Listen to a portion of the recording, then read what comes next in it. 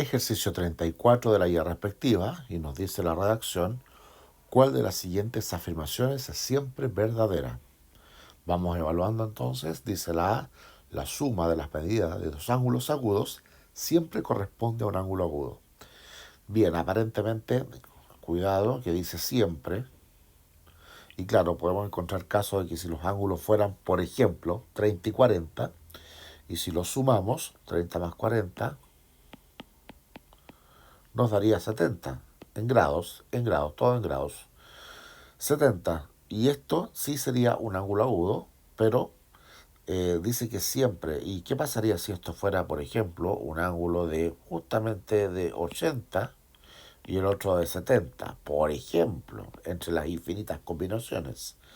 Aquí estaríamos hablando, ¿cierto?, de un ángulo de 150. Y esto sí es agudo y esto no es agudo. Así que no siempre se cumple la. Encontramos excepciones ahí. Vamos viendo la B. La alternativa B nos dice, ¿cierto? La suma entre la medida de un ángulo obtuso y un ángulo agudo siempre da menor a 180.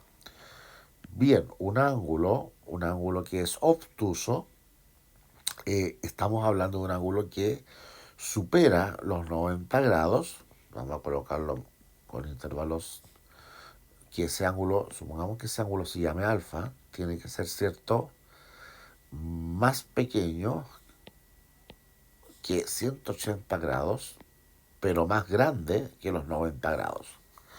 Entonces, si a este intervalo posible le sumamos uno que es agudo, es decir, un ángulo distinto, pero que es, cierto, menor que 90 grados, ¿qué va a pasar? Dice que siempre va a tener un ángulo menor que 180 grados.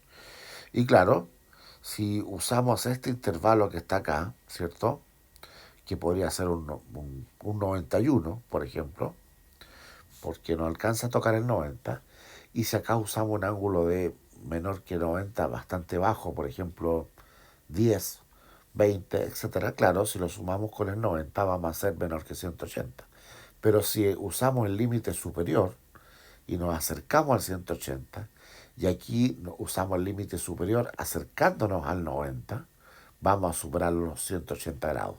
Por ejemplo, imagínate que alfa vale 150, está dentro de ese intervalo, y que beta vale 80, está dentro de ese intervalo. Y si sumamos estos dos, ¿cierto?, superamos con crece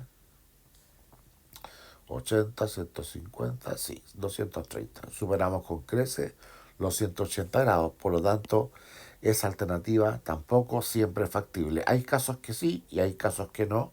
No cumple con él siempre. La C dice todo ángulo recto es agudo a la vez. Imposible. El ángulo recto mide 90 grados exacto y el ángulo agudo es menor que 90. No alcanza a tocarlo. Así que esta es una falsedad exclusiva. Estas son parciales, podríamos decirlo así, pero esta está mala completamente. Ya por descarte tendría que ser la alternativa D. Corroboremos. Al sumar las medidas de dos ángulos agudos, siempre resulta menor de 180 grados. Claro, porque en el peor de los casos, trabajemos con números enteros para que sea más fácil.